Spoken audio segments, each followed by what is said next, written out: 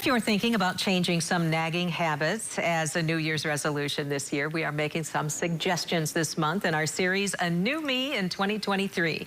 And today we're talking about diving into reorganizing efforts in your life. And joining me right now to talk more about paring things down and helping you actually find things better, Kate Wirt. Thanks so much for joining us with Moxie Life Organizing. Yes, thank you so much for having me. Appreciate you being here. So a lot of people would like to tackle a lot of these projects, but it can just simply be overwhelming. I mean, when you see piles of papers or whatever it is, a closet, and you just keep avoiding it, what are your tips to finally get started?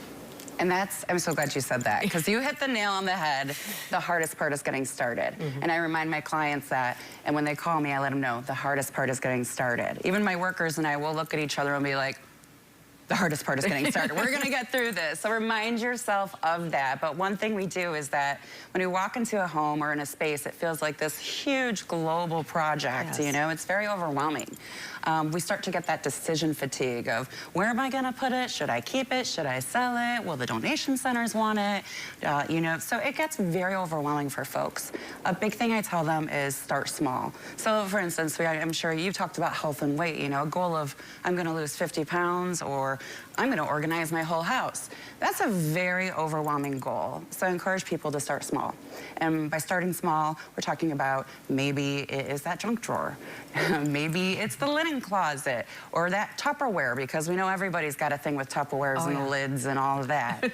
But also starting in small increments, because even 15 minutes a day can make a difference. Oh, I bet. It can. So I encourage clients when they're doing that to just set a timer, set 15 minutes. If you go over, that's okay, keep going, but allow yourself to rest and reward yourself. When you do have a vision of what you want it to look like, you know, I would think it's time to evaluate what's important, what should I keep, what should I purge? How do you know what to do with this? Well, when I speak with, when people initially call me or when I'm working with clients, it's hard because the term one, clutter, it's very off-putting for people. And talking about decluttering, that's stressful for people. So what I ask them is, what's most valuable to you? And that can be tangible or intangible. Maybe, you know, your family heirlooms are really important to you, and your mother's china, you know, maybe it doesn't need to make sense to anybody else, but you want to store it in your basement, but that's important to you, and that's okay. But it can also be, you know, casting a vision of, I want to spend more time with my grandkids. I want to have people over to entertain. I want to be more focused in my office. So bringing it back to that why factor of, why am I doing this? And once you know what's most important to you or valuable, you start to create a hierarchy, and some of the other stuff, you know, it works its way down the hierarchy, and you see, okay, that's not quite as important. Well, so you're really talking about motivation. What is it that motivates you to make these things happen? Exactly, exactly. And staying motivated, that's a huge thing, as I tell them, keep going back to that vision. And I'll remind my clients, remember, we want to have a craft room. We want to be able to do crafts.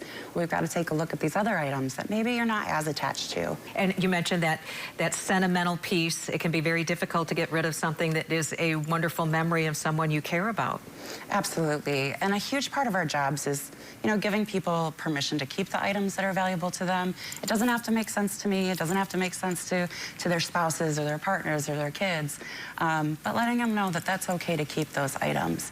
And then it's important to process those memories and cherish them. And, you know, one thing that I have clients do is a ritual of, you know, a send-off or taking a photo to say, you know, yep, and reminding them that you're not throwing away the memory. You're not throwing away the person. If you throw away a greeting card, those memories are within you.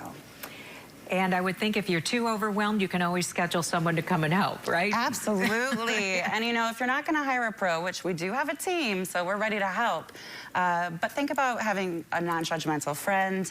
Oftentimes I see, like, family may butt heads. It's not always the best setup, but if you've got a non-judgmental friend, they can be your body double, hold you accountable. When you're starting to feel stuck, they can walk you through that. Kate Wirt, thank you so much for joining us. Great tips. We appreciate your time. Thank you so much.